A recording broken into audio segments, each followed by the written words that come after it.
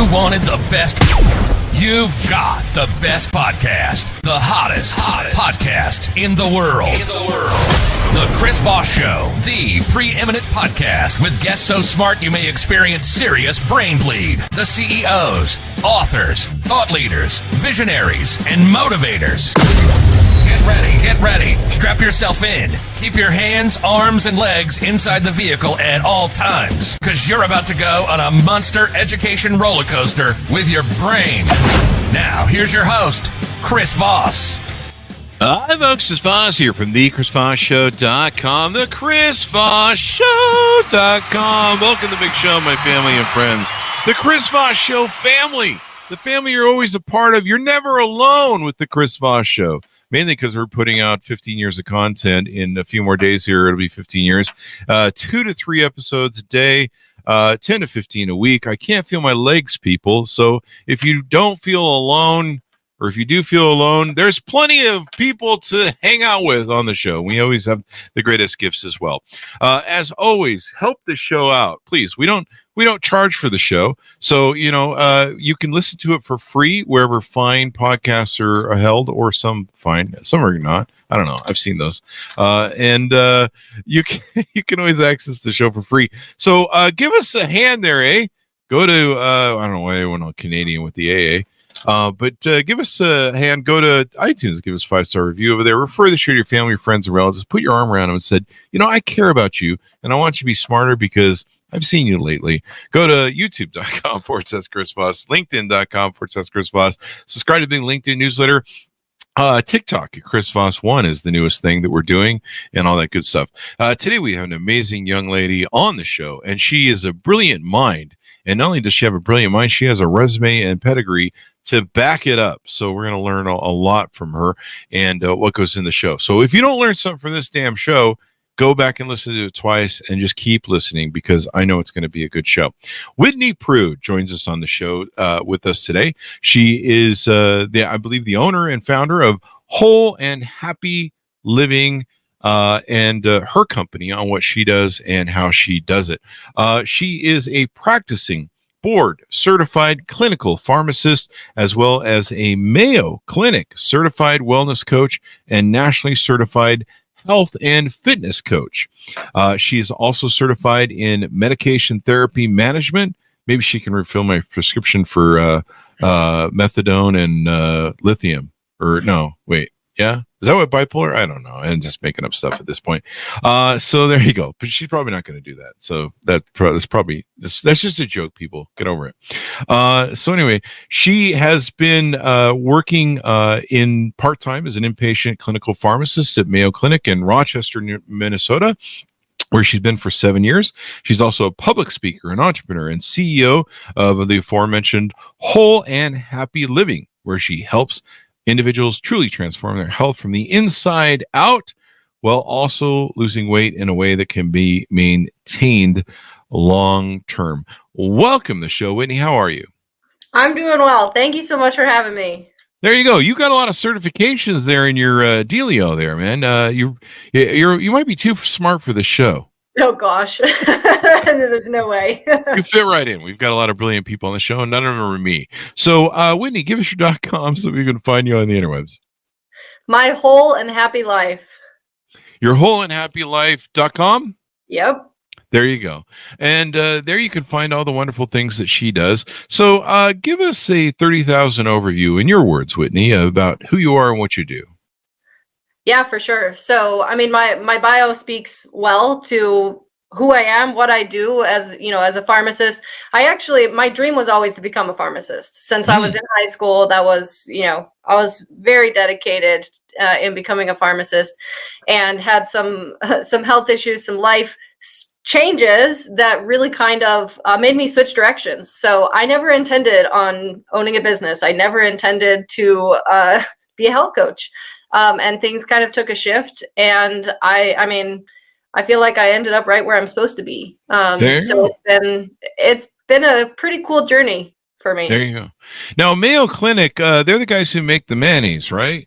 Something like that. Is that how it works? They originated the mayonnaise? Yeah, we were joking before the show. Anytime I see Mayo Clinic, I'm like, I should buy some mayo. That sounds good. But one of my favorite things is the Mexican corn elote, where you take the corn and cover it in mayo sauce. Oh boy, and then Parmesan cheese.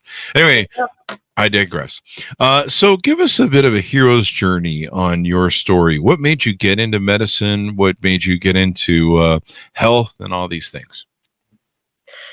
Yeah, hero's journey. If we get, I mean, usually when I start out telling my story, I go back actually to when I was a teenager. And it's kind of where it all started for me. It was when I was 16. I always ask people if they've had their life turn out exactly how they thought that it would. And usually we don't, right? Because challenges come up, things come up, and things happen in life that we don't ever expect. And so when I was a teenager, my parents went through a divorce. And for me, it was devastating, right? It was my whole life, everything I knew. And I was a teenager, like a really challenging time of life. And essentially, I didn't know how to deal with it. Nobody teaches us how to deal with those things, deal with those types of things, the emotions, how to do it in a healthy way, at least. So what I did was I had already decided at that point I wanted to be a pharmacist. So I took all of my pain, my hurt, my sadness, whatever, and I buried it in busyness. And just became hyper-focused on becoming a pharmacist. There you go. Some people go into drugs when they're depressed. You really went into drugs, but the good way. I know. I did. I went into drugs, and thankfully, right? It's like that was the choice that I took at that time of life, because I could have taken a lot of other avenues that wouldn't have turned out quite so well. Yeah, you could have been a Colombian drug runner from to Miami or something for cocaine. But It's good that you're in the field you're in, because it's legal, It is. Right. I try to keep it that way. There you go. That's always good.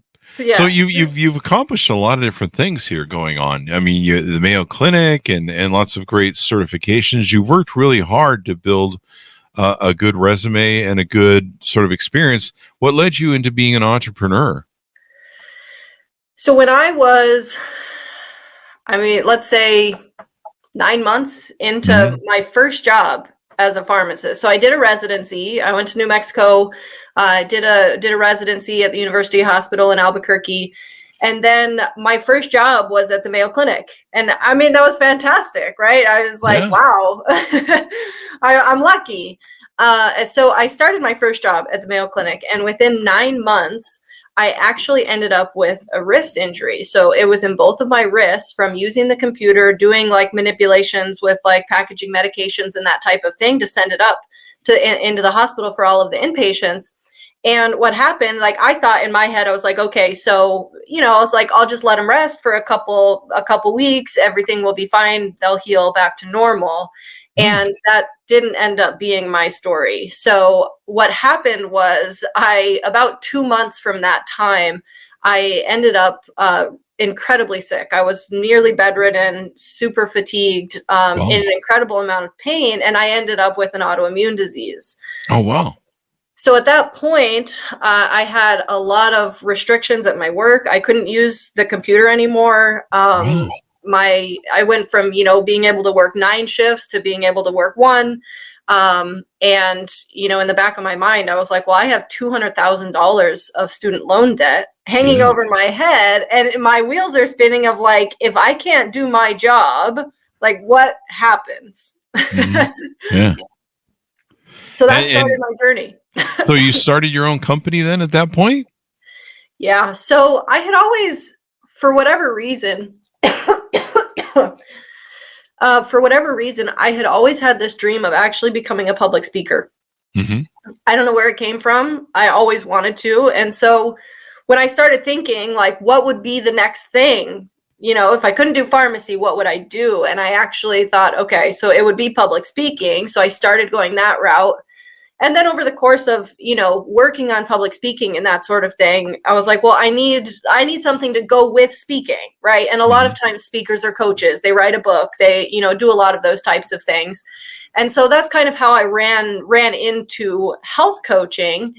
And it was kind of cool because at that point, I mean, I was spending hours, days, weeks in bed, months even in bed, and I was just miserable, and so I decided at that point, it was like, my pain really does me no good unless I can transform it into something that is. And so I really started thinking, like, what can I put together that can help other people avoid, the pitfalls that I ran into with my health. There you go. And what sort of coaching and assistance do you give to people usually? What are your main standouts that you help people with? My main focus, the thing that sets me apart, because there's like, okay, if you go into the weight loss industry, diet industry, whatever you want to call it, there's thousands, millions, whatever, of people or products or whatever that can help you in terms of weight loss or improving your health. What I do in particular that really sets me apart is I'm very passionate about helping people get long-term results. Now, when I talk about long-term results, what I mean is that the majority of people, when they want to lose weight or they want to improve their health, they'll focus on, okay, I need to change my eating and I need to start exercising.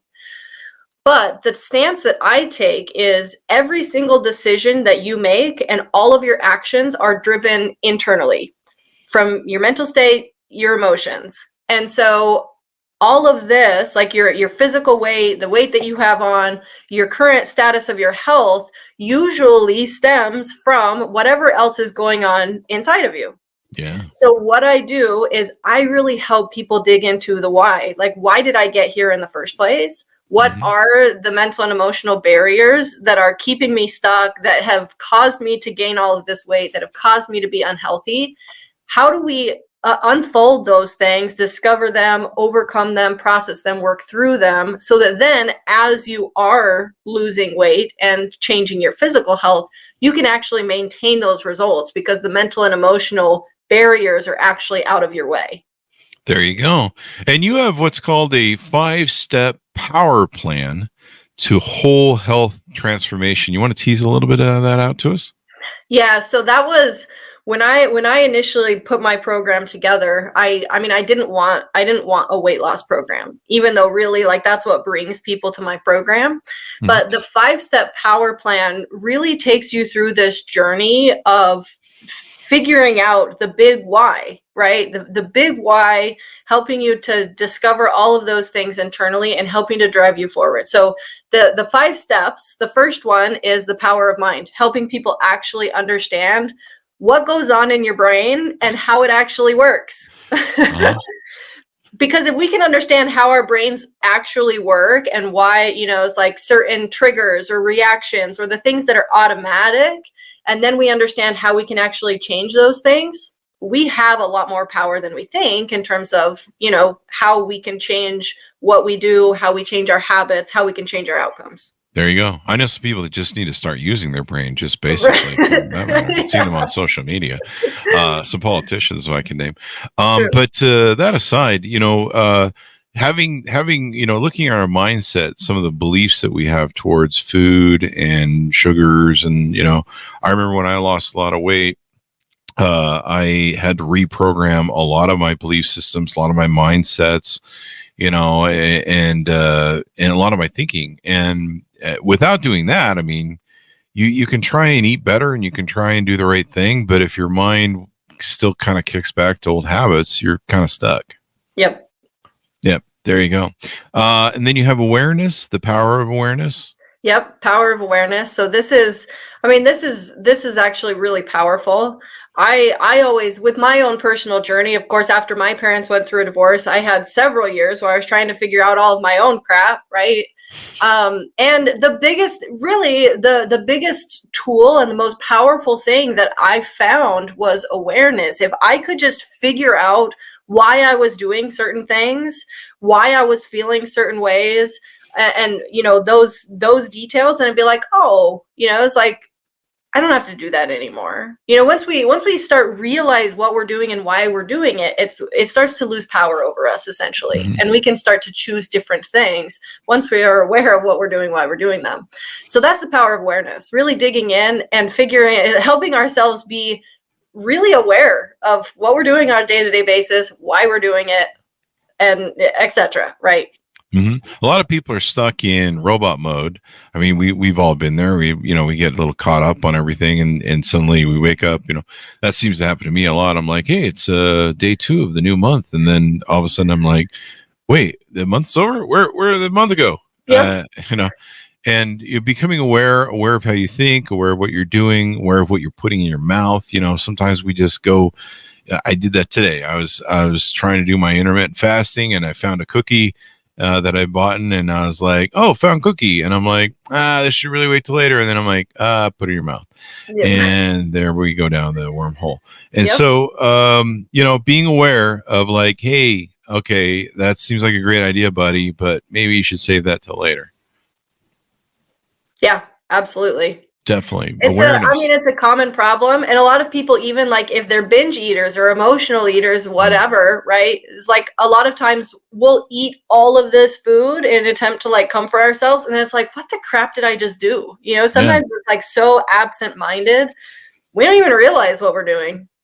That's one of my problems that I used to have. I think I still have a little bit because I just did it, as I mentioned, where sometimes you're just bored. You just go eat something. It's not like that you're really hungry. You're just kind of like, oh, I want to munch on something. Yeah. And you're like, I don't know, get a life, dude. Why are you bored? I don't know, man. I mean, quit shoving stuff in your pile just because you're bored and you want something to do. Like, go to the gym and get on a treadmill if you want something to do. Right. There you go. And then you talk that easy. Exactly. Yeah. Then you talk about the power of self. Tease us out a little bit of that on that. Yeah, the power of self actually dives into a lot of different aspects of ourselves. The biggest thing that I see with the majority of my clients is self-abandonment. And this can be a bunch of different things, but just to give you a general idea, the majority of the population in a sense abandons themselves. Now, when I say this, it's like if we think about how busy we are on a daily basis, we keep ourselves incredibly busy. We're meeting expectations. We're trying to be successful in our careers. We're taking care of our family. We're doing all of these things. But when we're trying to create more time in a day to do all of these things, what always gets put on the back burner? Yep. Us. I not only abandoned myself, I put myself up for adoption. Yeah. All right. Anybody want me? Yeah. Just check your local dog shelter. I'm there. And so that's really important. The power of knowledge. Tell us a little bit about that, if you would. Yeah, power of knowledge dives into a lot, actually. This is where we take all of the physical health stuff and we lump it in. So it's actually the biggest portion of the program where we actually dive into six weeks of really in-depth nutrition education, 6 weeks of mindful eating education to help us, is like, what are my triggers? Why am I eating? Am I hungry? Like, what do I really need? All of that type of stuff to really help people to become an expert, right? Like, I don't want to put people in my program and just be like, okay, follow my strict instructions. And then as soon as I'm gone, you have no clue what to do. I want you to finish my program and be like, okay, like I might fall off a little bit because we're human beings, but I have all of the knowledge now to be empowered to do this for the rest of my life and be healthy and take care of myself. There you go. There you go. Knowledge is power to the extent that it's used. And so being able to utilize that is important as well. And so that brings us to your 5th step, the power of growth. Now that probably doesn't mean my waistline, right? No, that would be negative growth that we're working towards there. The power of growth is, so within the power of growth, there's a couple of different things where we really start to dive into getting to know ourselves, but also how do we propel ourselves forward? And how do we find our internal motivation to keep us moving forward? So we start diving into, like, what are my personal strengths and how do I use them to set me up for success? What are my values and my priorities? And am I living my life in line with my priorities? Because the majority of people, like, if you looked at your schedule, like if you gave me a list of like your values or priorities and then you showed me your calendar for a month, they probably wouldn't line up. They probably wouldn't, yeah. Right. And it's just fascinating that it's like we don't live our lives in line with what we say our values and our priorities are. My values and priorities is sleep 24/7 and hibernate all the time. And I'm sure that doesn't line up with what your calendar looks like. Clearly, I'm just sleeping right now, people. So there you go. Yeah. But that's important so that people can have these things. And so you call this your 5-step power plan to whole health transformation, to follow up on that. And Yep. it's a 16-week program you help people go through. Yep. There you go. And then, of course, you do speaking and coaching and all that stuff. When people are losing weight or they're dealing with being overweight, what are some of your thoughts? I don't know if you want to dig into this, but what are some of the thoughts on some of these new drugs that are coming to market that claim to be able to speed up your thing, like Ozempic, and I think there's a few other ones? Yeah. And it's a good question, especially because I am a pharmacist, Yeah, also a health coach. I right? figured that. So there's, so I definitely see both sides of those. Honestly, because I focus so much on long-term results, I do not recommend doing a medication. Now, if someone is getting on one of those medications because they have diabetes, so they're going to be staying on that medication, that's fine. But if someone's going on the medication just for weight loss, they can't stay on that drug long term. And it's not causing them to create a new lifestyle, to learn new habits, to actually learn nutrition and how to eat. So the reality is even if the drug helps you get off some weight, as soon as it's gone, you're going to be right back where you started from. Really not a long-term solution. Because you'll still be shoving McDonald's hamburgers in your face and chocolate chip cookies like I did today. And I know how that is. If you don't change, like you've outlined in your 5-step power plan, where you change your mindset, your knowledge, your power over yourself, your awareness, you just go right back to your habits. And I think it's probably going to be the same as like a lot of people that, I've had friends that have gone in and got that stomach thing done where they shrink the stomach. Yep. Or staples, whatever the hell it is. And they lose a little bit of weight initially, but then they actually end up heavier because they just go back. They're like, I have a smaller stomach, so I'll just keep going to McDonald's and eating, awful crap. And of course, as they age, their metabolism and stuff goes in the toilet. So, there's all that goes on. And I think a lot of people might end up that way. I know it's helped one of my friends who's, I believe, he's a diabetes 1 or 2. He's got the damage to his pancreas or whatever it is. Okay. Type 1 diabetes. Then. Type 1 diabetes. There you go. And so he's loved Ozempic, but it's like, I think he's paying like $1,200 a month with insurance and stuff, which is a bit much. That's a lot of money. When maybe, it's free people not to just shove stuff in your pie hole. Like, it doesn't cost anything, but you have to get your brain right. You have to get your mindset right. One thing when I lost 100 pounds is as the rules I had and the belief systems I had and the games that I would play with my head, well, it's only one Mountain Dew, and then, an hour later it's another Mountain Dew. And, you're like, well, I'll go out to eat today and I'll go to McDonald's or whatever. And then you're like, over McDonald's tomorrow, and all these, kind of mental gymnastics people play with their head. Do you find a lot of people struggle with that, or was it just me? No, it's human nature. It's so common, very, very common. And so that's why, it's like when I tell people about my program, I don't sugarcoat it. I tell them, like, this isn't a quick fix. Sorry, if you're looking for a quick fix, I'm not your girl. We do the hard work, right? We do the real work so that, if you're paying $1,200 a month for Ozempic, like, you could do my program, right? Really easily and have those results for the rest of your life, as opposed to just having them for a short period of time and having all of that go away. You're literally flushing money down the toilet. Yeah. And then you don't have side effects. I think they still don't know the full side effects of some of these newer drugs. Yep. And then, it's kind of like teaching, what's that old adage? If you teach a man to fish, if you give a man a fish, he'll eat it. And then if you teach him for a day, feed him for a day, if you teach him to fish.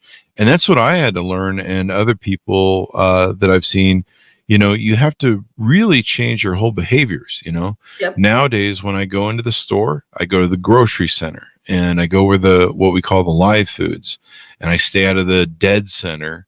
where the dead foods are, the frozen foods, the crackers, the pop, all that stuff that's got so much, preservatives and whatever.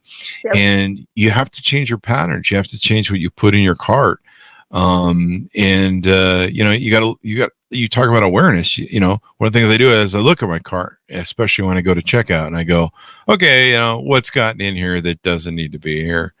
And start unpacking. you grab the Oreo thing, throw it back out. I mean, come on, dude. Let's be self-aware, and let's be responsible. You don't need that, and of course, stores are notorious. They put all that tasty, sugary, flavorful stuff there when you're checking out. It's like, hey, you want a candy bar? Hey, you want a candy bar? And you're like, marketing, it's sales. Yeah. I mean, even the farm that I go to this wonderful farm that's down the block from me. And they have healthy, local grown food. They make these great cookies, which is the one I ate earlier today. And even I go over there and it's hard to say no to that cookie that's sitting right there. In fact, I should yell at them about that. No, there weren't people. But when it comes to weight loss and stuff and working with people, what do you find is the healthiest way to lose weight? We've kind of alluded to some of it, I think, but let's clear that up. Yeah, for sure. So there's a few different things that you can do in terms of weight loss. Let's take a standard person that they're overeating. They're consuming too many calories, right? So this is a pretty straightforward person that wants to lose weight. So for them, essentially what I would do is come up with, number one, a calorie deficit that makes sense for them and their body. So that essentially means that, we're putting them about 500 to 1,000 calories lower than like what their body needs in a day. Mm-hmm. And at that point, so you're lowering down your calories so that your body can start using the fat that you're storing and start using that as energy and getting rid of it, right? So you have to be in a calorie deficit, but what you don't want to do is you don't want to do what a lot of people do with dieting, and they start to starve themselves. You reduce your calories too significantly, and they're like, oh, I'm losing all of this weight. But what happens is your body goes into starvation mode, and eventually you'll hit a plateau. You won't be able to lose anymore because your body's like, hey, you're making me live on very little food, and I'm going to start holding on to all of this. So it's not, your metabolism is no longer moving at a fast pace. You can't eat as much food. And for someone like that, if they come into my program, I actually have to build their metabolism back up so that then we can drop them into a deficit. So it's really, you don't want to be losing more than 1 to 2 pounds a week. Oh, really? 2 pounds a week is like the absolute max in terms of like healthy weight loss. Mm-hmm.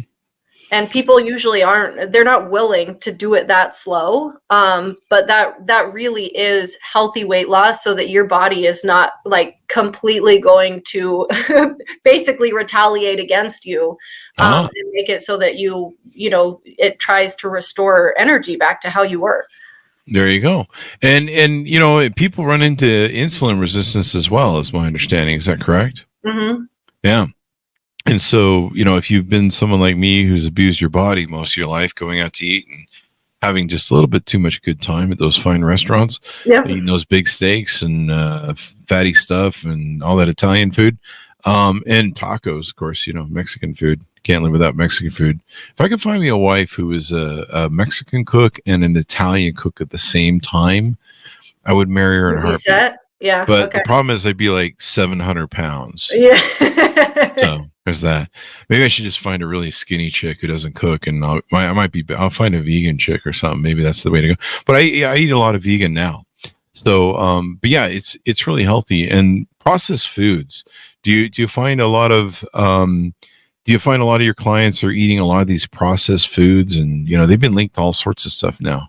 Yeah. I mean, I think it's a pretty standard American diet, right? We have so many processed foods available to us. And so it becomes second nature. It's easy. It's quick. We're busy. We want something fast.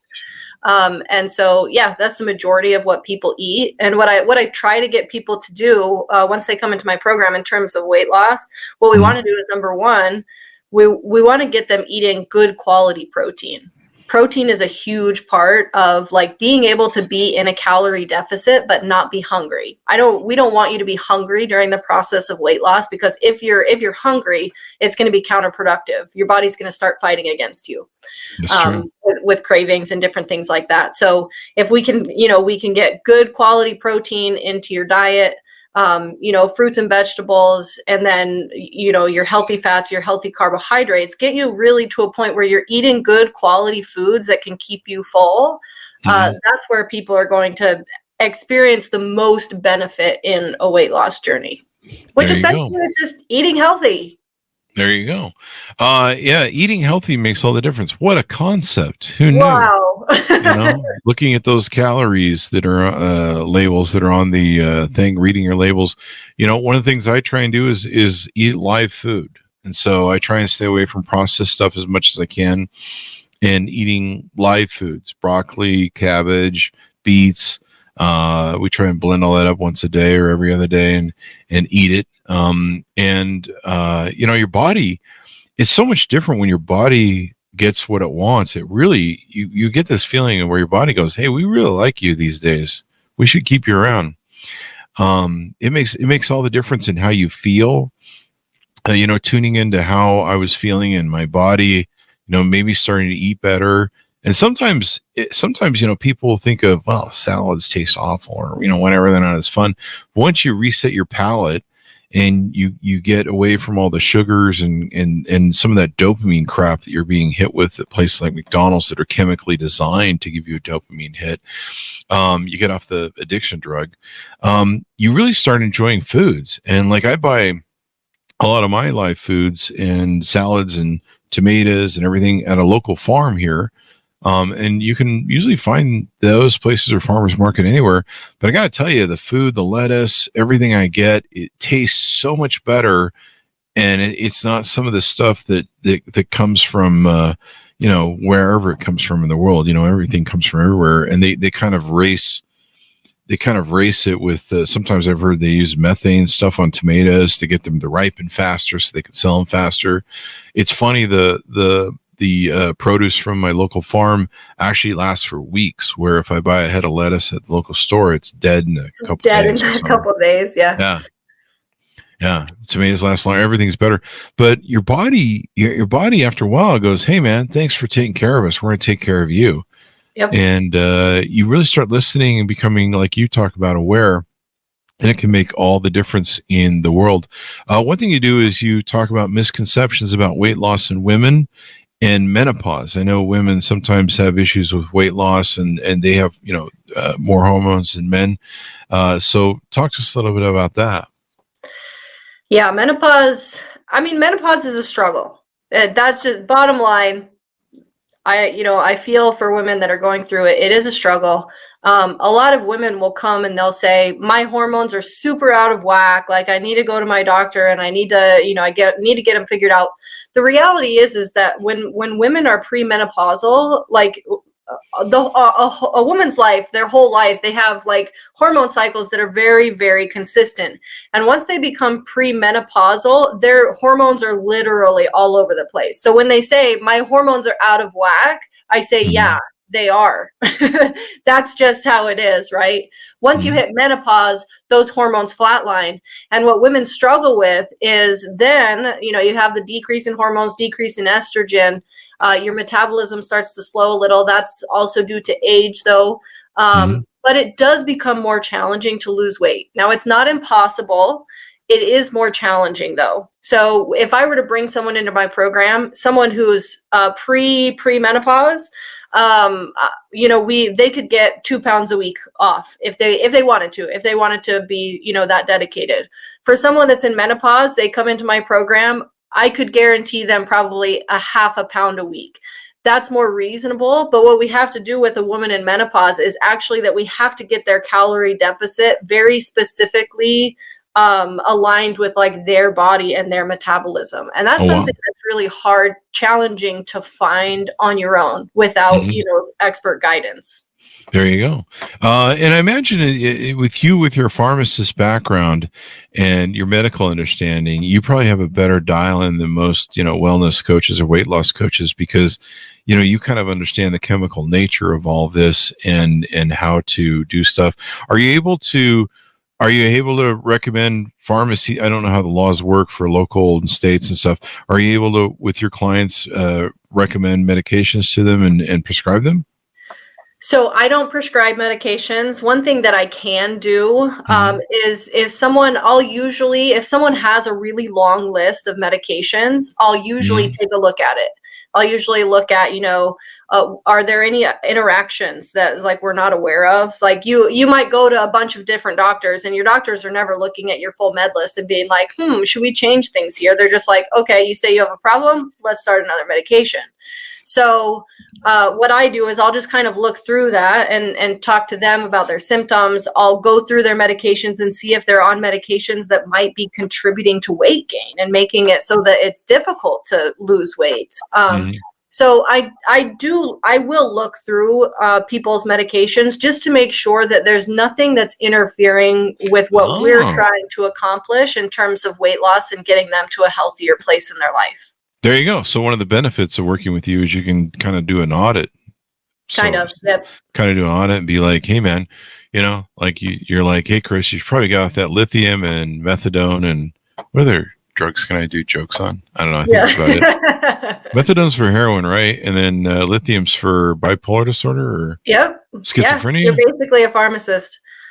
Well, I just pulled jokes for the thing, but yeah, I'm glad I don't have to deal with any of that.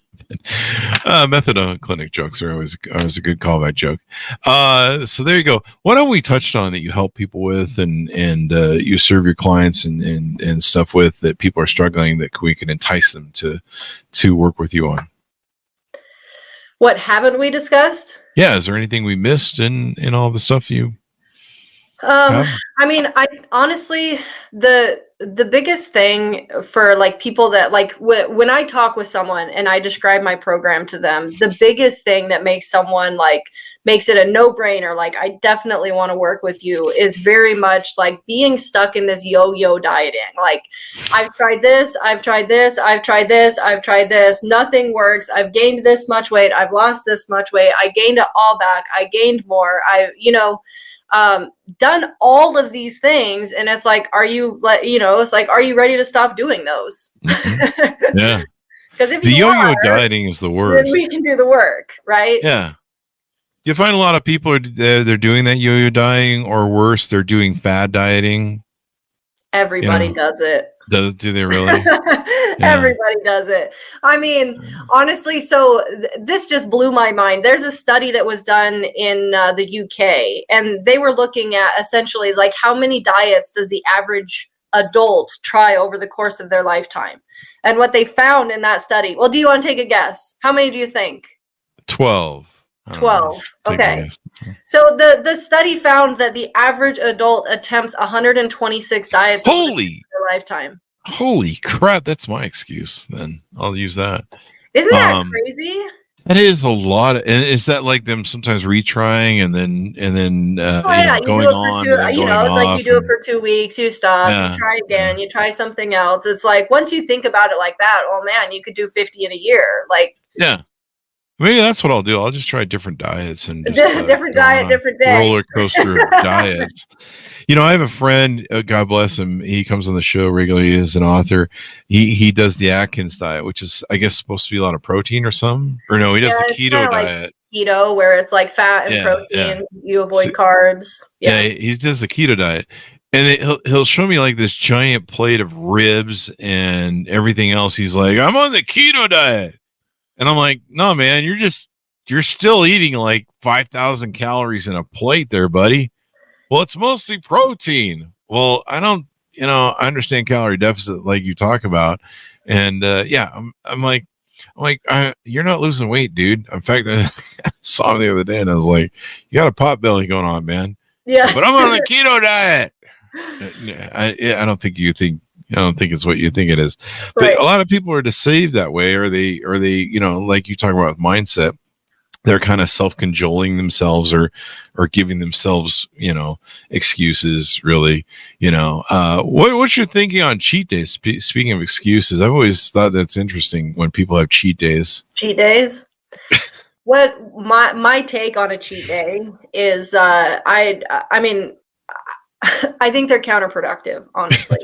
My approach to help people, like, when I bring someone into my program, I say, okay, nothing is off limits. And the reason that I say that is, like I said before, as soon as we start restricting something, we want that thing. So if we say you absolutely cannot have this, then they're just going to crave it. And once they have it, then they're just, they're going to fall off and they're just going to want that thing.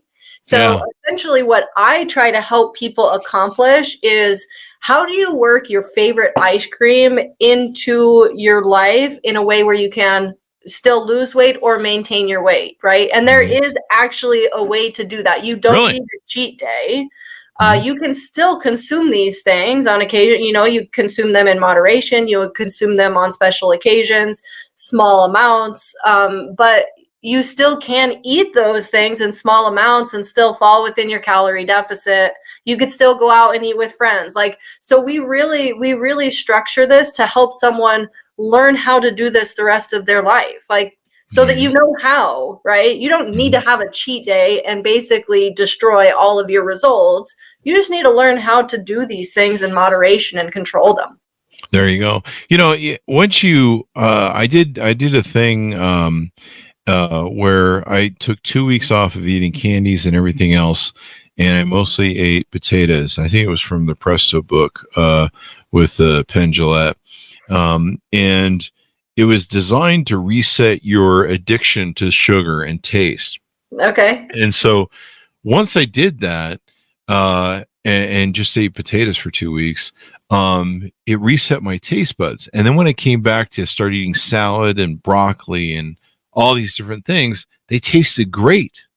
Because I'd cut off my sugar addiction and my dopamine addiction of getting, this food that's like, it makes me high or whatever, with the dopamine hits the brain.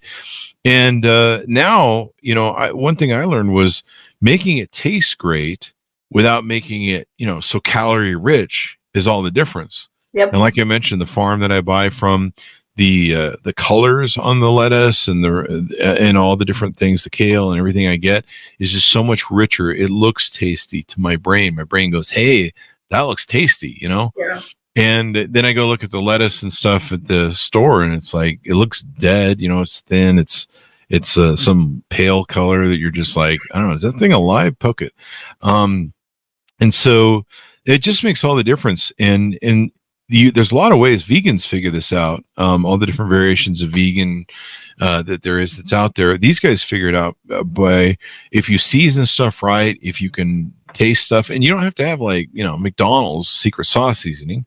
If you just have some really good salts or peppers or different simple seasonings, you can make stuff taste amazing. And sometimes better than I think than some of the burgers you eat. And then you don't have that sodium hangover where you're like, oh God, what kind of rock gut do I have now? Yeah. So, no, 100%. You can make healthy food. You can make healthy food taste really good. But I agree with you that it takes some time for your brain and your taste buds to adjust to the fact that you're not eating a bunch of sugar, right? Yeah. It just takes time. You're not going to just switch overnight and be like, yes, I love this. Yeah.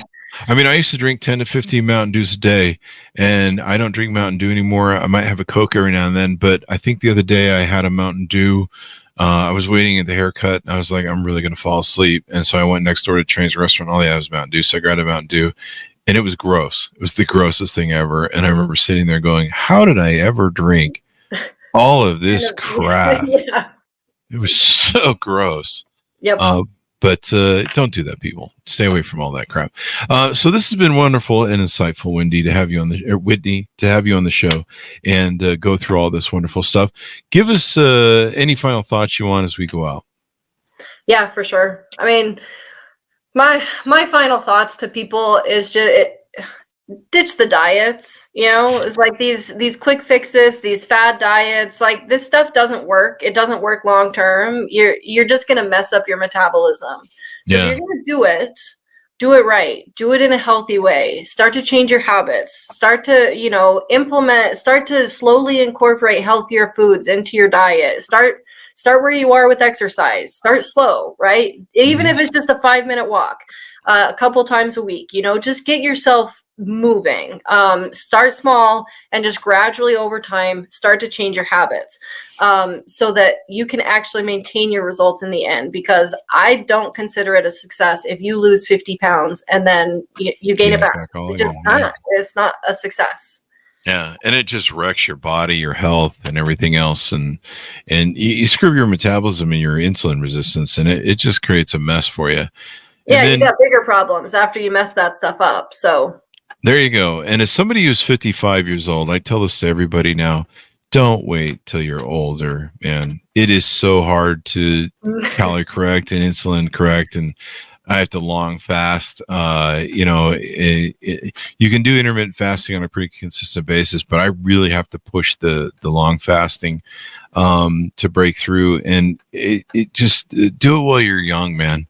Do not wait until the very end, or till you're later in life. Because man, I remember when I was 20, man, I could lose weight so quick, and it was like, oh, this is easy, you know. When you're 55, you're just like, I just take one of those carrot shavers and just start shaving fat off. Anyway, thank you very much for coming on the show, Whitney. We really appreciate it. Give us your .coms one more time as we go out. Yeah, my .com, www.mywholeandhappylife.com, and my Instagram's the same. So at mywholeandhappylife. There you go. And thanks so much for tuning in. Go to goodreads.com/Chris Voss, youtube.com/Chris Voss, linkedin.com/Chris Voss. All those crazy places we are on the internet. Thanks for tuning in. Be good to each other. Stay safe, and we'll see you guys next time. And that's